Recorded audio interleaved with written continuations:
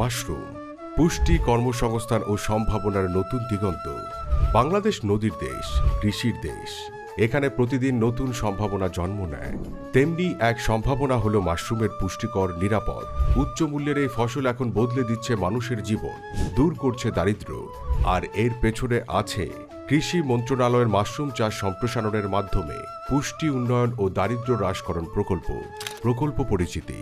জানুয়ারি 2023 থেকে ডিসেম্বর 2027, 5 বছরের এই বিশেষ প্রকল্পটি বাস্তবায়ন করছে কৃষি সম্প্রসারণ অধিদপ্তর।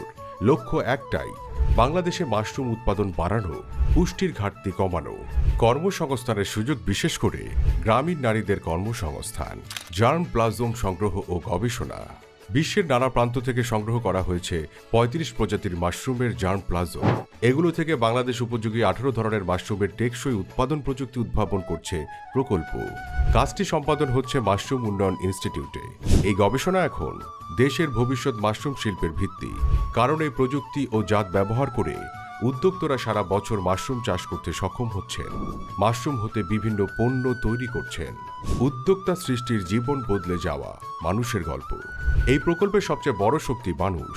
প্রকল্পের মাধ্যমে 720 জন উদ্যোক্তা, 19,800 দলভুক্ত চাষি তৈরি হবে এবং ইতোমধ্যে 600 জন উদ্যোক্তা, 18,000 জন দলভুক্ত চাষি এবং আরও হাজারো সাধারণ কৃষক আজ প্রশিক্ষণ নিয়ে আত্মকর্মসংস্থানের পথ খুলেছেন। এই প্রকল্পের মাধ্যমে আমি মনে করি এবং আমাদের যারা এন্টারপ্রেনার তৈরি হয়েছে তাদের মাধ্যমে এই কার্যক্রমটা আরো বেগবান হবে, আরো দ্রুত একেবারে বাংলাদেশের গ্রাসরুট লেভেলে, মানে কৃষকের ডোর টু ডোর আমরা এটা দ্বারা টাচ করতে পারবো। মাশরুম পল্লী বাংলাদেশের গ্রামীণ উন্নয়নের নতুন মডেল। প্রতিটি উদ্যোক্তা 30 জন দলভুক্ত চাষি নিয়ে গড়ে তোলেন একটি পূর্ণাঙ্গ কর্মসংস্থান চেইন। এভাবে সারা দেশে ছড়িয়ে দেওয়া হচ্ছে 683টি মাশরুম পল্লী, যার মধ্যে 400টি ইতোমধ্যে বাস্তবায়ন হয়েছে। দলের চাষিরা কেউ উৎপাদন, প্রক্রিয়াজাতকরণ ও বাজারজাত করছেন। উৎপাদন, বিপণন ও মান নিয়ন্ত্রণ নিশ্চিত করতে ISO মান নিয়ন্ত্রণ ও নিশ্চিতকরণ এবং MOT এর প্রশিক্ষক দিয়ে উদ্যোক্তাদের প্রশিক্ষিত করা হচ্ছে। মাশরুম উন্নয়ন ইনস্টিটিউট তৈরি করছে মানসম্পন্ন পিওর কালচার ও মাস্টার মাদার অর্থাৎ মাতৃবীজ।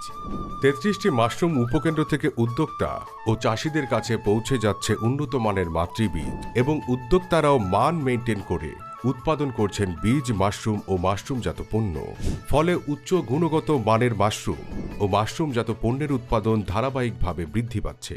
মাশরুম চাষ সম্প্রসারণের মাধ্যমে পুষ্টি উন্নয়ন ও দারিদ্র্য হ্রাসকরণ প্রকল্পের আওতায় ট্রেনিংটা করার পরে এখান থেকে সরকারি থেকে আমরা যে সহযোগিতাগুলো পেয়েছি, 2টা ঘর পেয়েছি, দেখা গেছে যে অটোক্লেভ মেশিন দিছে, একটা ভ্যান দিছে। তো দেখা গেছে আর্থিকভাবে এরা আমার সাপোর্ট দিছে এবং বিভিন্ন স্যাররা মাঝে মাঝে আইসা খোঁজ খবর নেয় যে আমি ঠিক মতো কাজ করতেছি নাকি, অথবা কাজের যে প্রতিবন্ধকতা আছে, যে সুবিধা অসুবিধাগুলো আছে, ওনারা খোঁজ খবর নেয়। তো যে কারণে আমি আগের চাইতে অর্থনৈতিকভাবে স্বাবলম্বী হয়েছি। পাশাপাশি দেখা গেছে আরো যে 30 জন চাষি আছে, ওনারাও স্বাবলম্বী হইতেছে।